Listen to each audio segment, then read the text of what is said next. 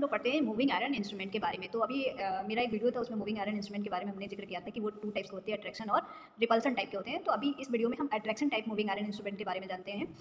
Moving iron instrument होता क्या है? तो जो मूविंग आयरन इंस्ट्रूमेंट है वो एक चुंबकीय क्षेत्र, जो इलेक्ट्रिकल चुंबकीय विद्युत चुंबकीय क्षेत्र पे कार्य करता है। इसमें जब हम करंट प्रवाहित कराएंगे तभी ये कार्य करेगा। तो आइए जानते हैं कि attraction type moving iron instrument क्या है और कैसे कार्य करता है।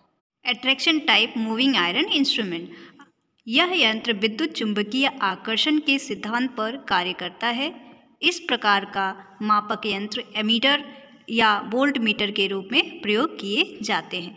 क्या क्या चीज़ें इसमें लगी होती है, तो कंस्ट्रक्शन में लिख लेंगे कि इसमें एक बड़ी कुंडली होती है, कॉइल होती है, एक बी केंद्रित लौह डिस्क होती है जिसको एसेंट्रिक बोलते हैं, 2 जेल बियरिंग्स होते हैं और उस पर आलंबित एक स्पिंडल होता है यानी कि स्प्रिंग होता है, और एक संकेतक होता है और संकेतक से जुड़े 2 भार होते हैं, वेट 1 और वेट 2, जो कि गुरुत्वीय प्रणाली पर सिद्धांत पे कार्य करेंगे। पूर्वांकित पैमाना होता है और वायु एयर डैम्पिंग सिस्टम यूज़ किया जाता है, वायु अवमंदन प्रणाली। तो ये इसका डायग्राम है attraction type moving iron instrument का। तो ये आप देखेंगे ये कॉइल्स हैं, ये भार है वेट 1 वेट 2, जो कि बैलेंस ग्रेविटी कंट्रोल करने के लिए है, और इसी ये जुड़ा हुआ है आपका संकेतक जिसको इंडिकेटर बोलते हैं, और ये स्केल है जो पूर्वांकित है, पहले से निर्धारित है, ये इसके स्केलिंग एक रेशियो, और ये एम्पियर्स के लिए है। वोल्ट मीटर होता था, यहाँ वोल्ट मीटर लिखा जाता, और ये पैमाना है। ये है आपका सॉफ्ट आयरन का टुकड़ा, और ये है वायु अवमंदक युक्त यानी कि एयर डैम्पिंग डिवाइस। ठीक है, तो ये कार्य कैसे करता है? जैसे हम इसमें करंट फ्लो कराते हैं तो अट्रैक्शन, जैसा इसका नाम है उसी प्रकार से इसकी कार्यप्रणाली हो जाएगी। तो आइए देखते हैं इसकी कार्यप्रणाली कैसे है।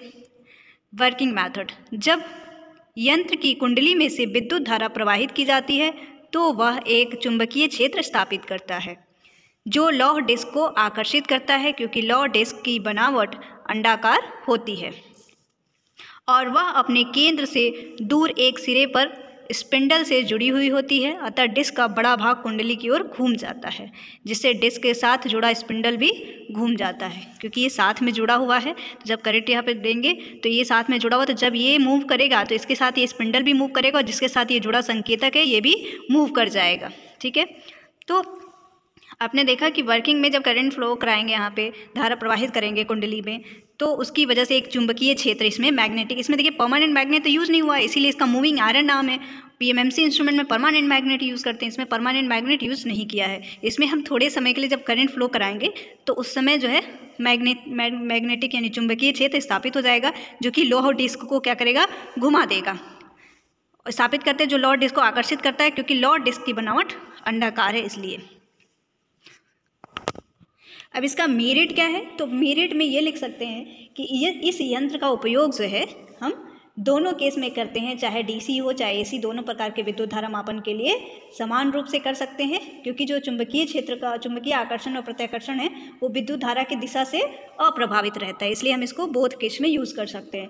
मूविंग कॉइल की जगह जो पीएमएमसी इंस्ट्रूमेंट है उसके मूविंग कॉइल यंत्र की अपेक्षा इसका मूल्य जो है प्राइस भी कम होता है। इस यंत्र की संरचना मूविंग कॉइल यंत्र की अपेक्षा अधिक टिकाऊ होती है, यानी मजबूत होता है ये, और इस यंत्र के द्वारा हम अधिक एम्पेयर्स की विद्युत धारा को सरलता से नाप सकते हैं। ठीक है, तो ये इसका मेरिट हो गया। लेकिन डीमेरिट में क्या लिख सकते हैं कि जो इसका पैमाना होता है वो अनुपातिक नहीं होता है। यंत्र में गुरुत्वीय नियंत्रण प्रणाली प्रयोग किए जाने के कारण पाठ्यांक में घर्षण जनित त्रुटि विद्यमान रहती है, यानी इसमें एरर जो आएगा वो घर्षण एरर आ जाएगा। ठीक है, तो एरर भी इसमें पॉसिबल है, क्योंकि जनरेटर जो घर्षण होगा उसकी वजह से पाठ्यांक में डिस्टर्बेंस होगी। मेरिट में एसी और डीसी लिख देंगे, लो प्राइस लिख देंगे, और इसकी संरचना अधिक टिकाऊ होती है और ये अधिक एम्पेयर्स की धारा को मेजर कर सकते हैं।